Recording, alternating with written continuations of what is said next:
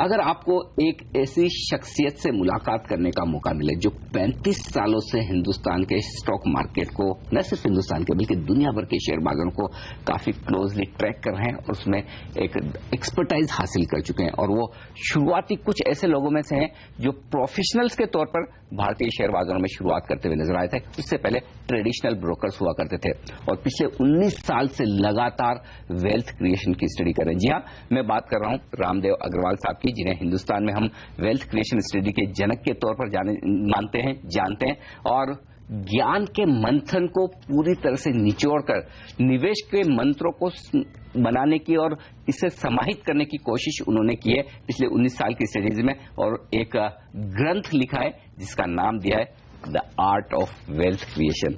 हम इस खास इस पुस्तक पर, इस ग्रंथ पर चर्चा करते हैं। हमारे साथ रामदेव अग्रवाल साहब है। सर, बहुत बहुत स्वागत है आपका सीबीसी आवाज पर। Thank you. इस बुक को लिखने के पीछे जो 19 साल तक आपने वेल्थ क्रिएशन स्टडी की, उसे समाहित करने की कोशिश की है, क्या पर्पज रहा है और क्या खास बातें आप लेकर चल रहे हैं? सो शेयर बाजार में क्या होता है कि when we start we don't know anything, you just passionate and your stock market buff, या एक पागल की तरह एक जुनून होता है। एक्चुअली में स्टॉक मार्केट जुनून होता है, तो मैं भी वैसे था। रात को 12-1-2 बजे उठा के आप मेरे से बात करो तो शेयर बाजार के बारे में बात करने का है। वीकेंड्स में भी मैं सिर्फ बैलेंस शीट पढ़ता था, उसमें नॉवेल्स और उसमें इतने इन्वेस्टमेंट बुक्स नहीं मिलते थे। So I used to read all the balance sheets. 200-300 balance sheet collection होते थे, मैं जिसके यहाँ जाता था उनके यहाँ से बैलेंस शीट उठा के ले आता था। So that's how the passion was there, and we started with a small broking house in 87 and all. Then we started writing research in 92, 93, and then some point of time I realized. Then I met Buffett. I heard about Buffett and read his letters. That inspired me. Hugely. That boss, EPS or PE is not the end of the world. There are many more things in that, and you have to have an investment philosophy. और वो बहुत time लगता है। 20, 25, 30 साल के बाद भी यदि आपको अपना इन्वेस्टमेंट फिलोसफी मिल जाए, it's like finding yourself. Okay ना? सो उसमें वो जर्नी चालू की हमने। हमको नहीं मालूम था कि क्या निकलेगा, कैसे निकलेगा। हम बोले कि जितना भी हम 12 महीने स्टडी करते हैं उसको एक वेल्थ क्रिएशन स्टडी के रूप में हम उसको पेश करेंगे। So that is how we started from 96, and that was incidentally the year when Motilal Oswal became a corporate. So to felicitate corporatization we started with the study. और अब तक 19 आप इस तरह की 19 साल से ये चल रहा है। हर साल हम करीब 2-2.5 महीना खराब करते हैं अक्टूबर-नवंबर में, और ये पुस्तिका निकालते हैं स्टडी ऑन वेल्थ क्रिएशन। ये सब motilaloswal.com के ऊपर it is all available without registration.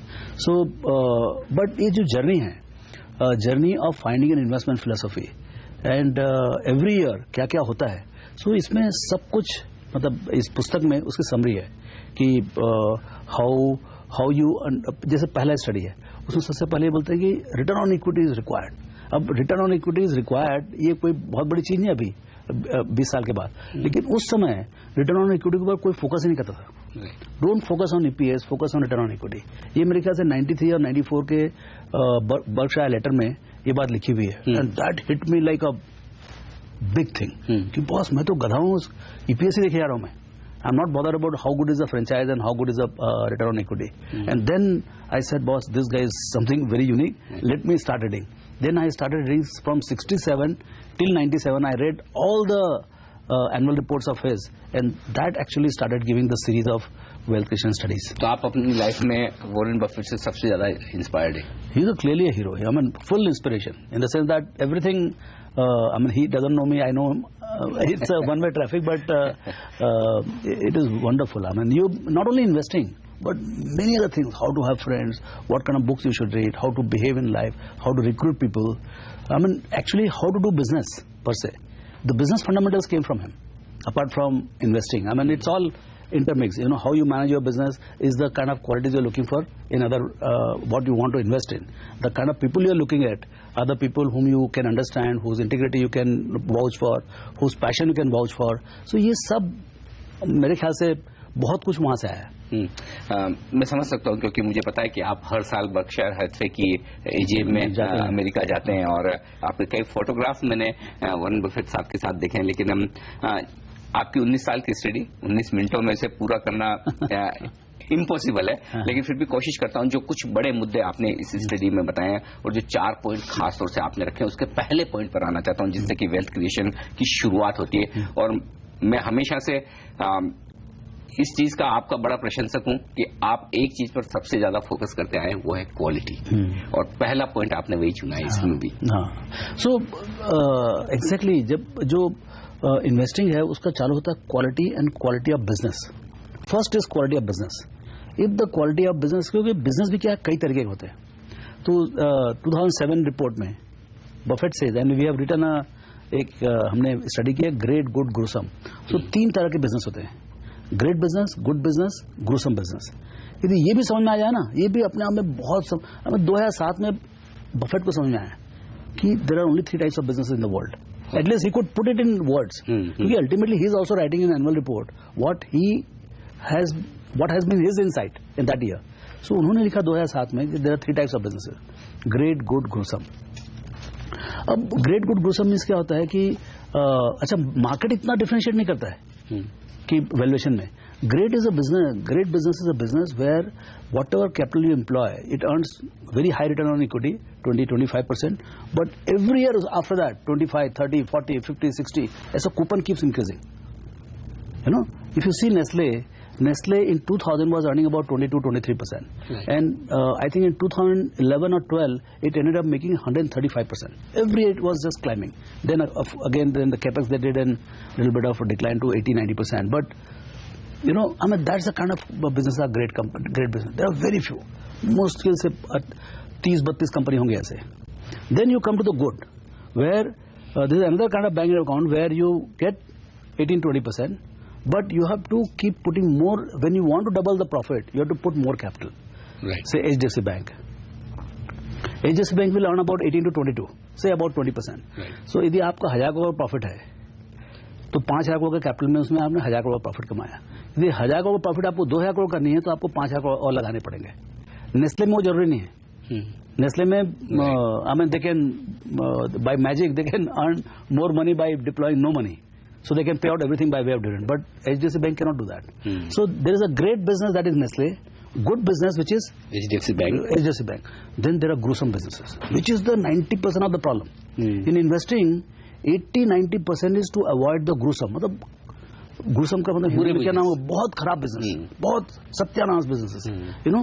So and there are lots of them. I would think 75% are like that. अब gruesome business का क्या कहानी? इसी पे आपसे लेते, क्योंकि जनरली होता ही है कि बुरे बिजनेस पहचान ही नहीं पाते लोग। तो ये ग्रूसम या बुरे या सत्यानाश वाले जो बिजनेस आप करें, इसे पहचानते कैसे हैं आप? हाँ, ये बहुत सिंपल है actually. At one level it is simple, लेकिन मैंने उस पेज को, जो page 6 and 7 in 2007 report, I would request all the viewers to go and see this. I read 45 times to understand what is gruesome. What is gruesome, ये समझना भी अपने आप में बहुत बड़ा ब्रेक थ्रू है। What is gruesome is not the loss making businesses. Grusam is a company, Grusam is the business is a company where you actually don't make as much as the cost of capital. So 10% cost of capital है, आप 7% कमाते हैं, 6% कमाते हैं, और या घाटा भी करते हैं। It's a legacy, भाई ठीक है, बिजनेस में कभी अच्छा होता है, कभी खराब होता है, but that is not the problem. The problem is that there is a mandate to the management to grow the business irrespective of the quality. तो वो जो 5% कमा रहा है, 10% कॉस्ट ऑफ कैपिटल है, वो आदमी भी अपने आप को ग्रो करने की कोशिश कर रहा है। तो उसमें क्या करता है वो, he puts 10,000 crores, 20,000 crores to grow that useless business. So it becomes the bottomless pit of capital, death of capital. And इस तरह के बिजनेस जितना ज्यादा बढ़ेंगे उतना ज्यादा लॉस करेंगे। हाँ, ना लॉस नहीं करेंगे। See, it's a useless deployment of capital. Absolutely. Misallocation of capital. And होता क्या है कि हर मैनेजर को जो भी काम करता है, उसको क्या मैंडेट है? Grow your business, grow your business, grow your profits. Now, if my profit is only 5% and my cost of capital is 10%, and I have to deploy another 10,000 crores to double the profit, I'll still do it. And there are, even from the big houses, there are so many companies which are gruesome. But somebody has to explain them that these are gruesome. And which manager has guts to go and say to the boss that, boss, your business is useless and please get out. So होता क्या है कि because of P and EPS, आपको जितने gruesome companies को 5-5, 6-6, 7-7 के P में मिल जाते हैं। राइट। तो वो सस्तापन जो है, जो इन्वेस्टर जब आता है तो वो ऐसा पागल की तरह आता है आखिरी में बुल रन में कि उसको सस्ता भी चाहिए। तो वो इस समय ये सब कंपनी घर में ले आता है। जब वो कंपनी पैसा नहीं कमाए तो आपके पैसे कमाओगे। वो तो स्पेकुलेशन है, ठीक है, आपने 20 में खरीदा 25 में बिक गया, वो एक बात अलग है। But minority as a whole, if the company is not making, you can not make money.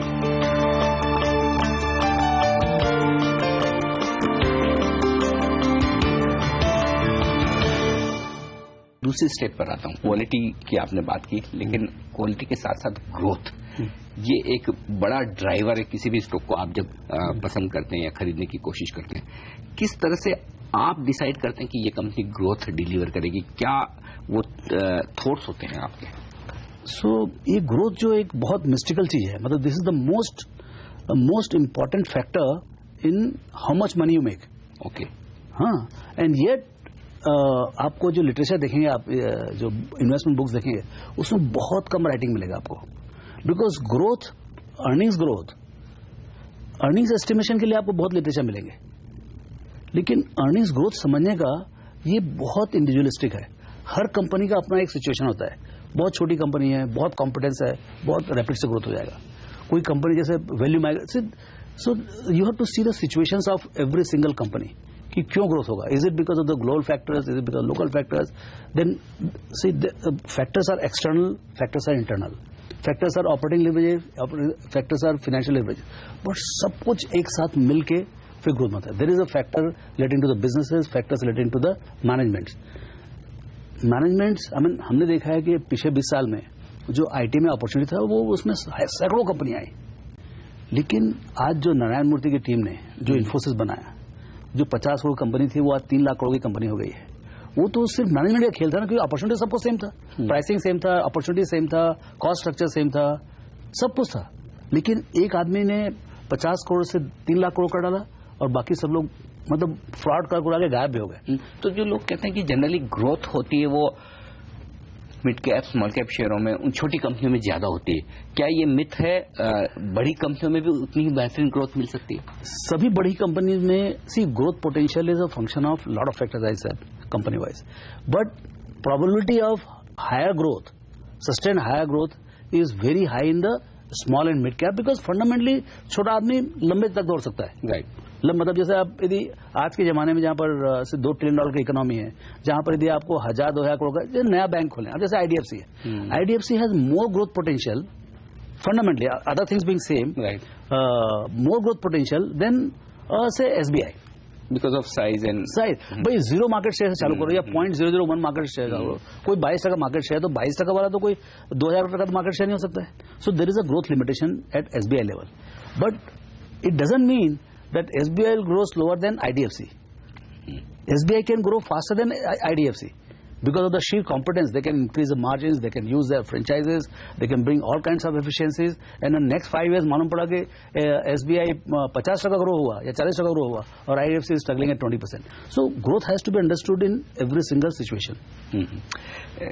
तीसरा जो एक बड़ा पॉइंट आपने रखा है इस स्टडी में, वो है लॉन्जिविटी का, यानी कि लंबे समय तक आप किस तरह से स्टॉक में इन्वेस्टेड रह सकते हैं, मार्केट में इन्वेस्टेड रह सकते हैं।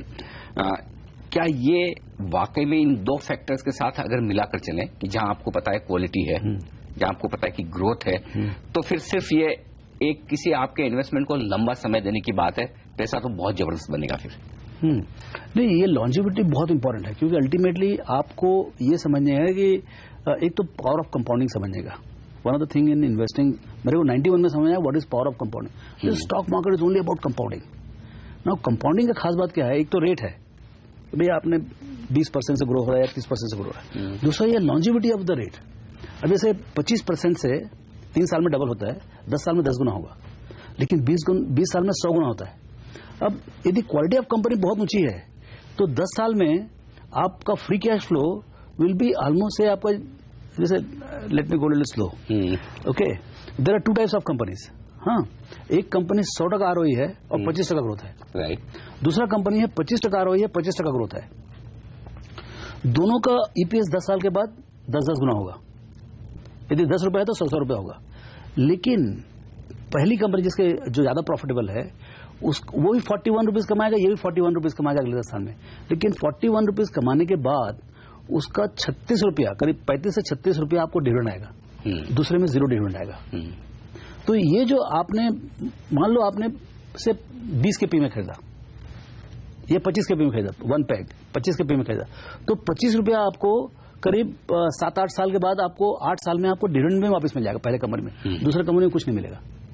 तो ये जो इन्वेस्टिंग में जो ग्रोथ और लॉन्जिविटी की ग्रोथ का जो इक्वेशन है वो समझना बहुत जरूरी है। और यही वजह मैंने जनरली जब भी आपसे बात की है ऑन कैम ऑफ कैम, आप हमेशा एक चीज पर बहुत फोकस करते हैं कि कंपनी डिविडेंड पेइंग होनी ही चाहिए। क्यों होनी चाहिए? या क्या सेंस लेते हैं आप उससे? सी देखिए, एक तो पहली बात जो है ना, हम बोल रहे हैं कि भाई quality of business is very good, ये 50% कमाते हैं, 60% कमाते हैं और ग्रोथ है 20 से 25, उससे ज्यादा ग्रोथ नहीं हो सकता ना आपका। शुरू में बहुत छोटे हैं तो ठीक है, 2-3 साल आप 50% से ग्रो कर सकते हैं, 60% से ग्रो कर सकते हैं, then your growth rate will drop. तो आप पैसे लेके जाओ, कहाँ जाओगे आप? राइट, है ना? तो आप ट्रेजरी बनाओगे तो वैसे डूब जाने वाला, बैंक वाला खा जाएगा आपका पैसा, 5-6% में वो सड़ते रहेगा वहां पर, उससे कुछ नहीं होना। इन्फ्लेशन 8% है। So obviously the management has to have mind set कि भाई ये पैसे एक्सेस हैं, ये let's distribute it, you know. So उससे क्या होता है, वैल्यूएशन में बहुत अंतर पड़ता है। And my total return as a mind मेरे को मिलता है कि अल्टीमेटली डिविडेंड एंड एप्रिसिएशन। तो जो ईपीएस है वो तो चेंज होने वाला नहीं है, because if you don't pay और नॉट। लेकिन मेरा जो परचेस प्राइस जो मेरा फिक्स है, जैसे मान लो 25 रुपए में कोई शेयर खरीदा, उसमें आप 2-2, 3-3, 4-4 रुपए आप डिविडेंड देते रहते हो, तो 5-6 साल में मेरा स्टॉक फ्री होता है। और उसके बाद पूरा का पूरा जो है capital appreciation and dividend, biggest dividend is going to come after 20 years। सो उसके लिए मेरा कोई परचेज प्राइस ही नहीं है। मैं आपको एग्जांपल दूं, मैंने हीरो होंडा खरीदा 96-97 में, 30 रुपए में खरीदा मैंने, मेरे को 1200 रुपए डिविडेंड आ चुका उसके ऊपर, और आज के दिन में वो 3000 रुपए बिकता है, वो 2600 में जितने में बिकता है। तो रियल इन्वेस्टिंग इज अबाउट कि भाई कब आपका फ्री हो जाए पहले तो डिविडेंड से फ्री होता है ना वो। ये इंटरेस्टिंग है, यानी कि कैपिटल पूरी की पूरी आ गई और उससे ज्यादा पैसा आ गया। हाँ। और आप आराम से कैपिटल एप्रिसिएशन कमा रहे हैं। Then you can go about finding the next Hero Honda.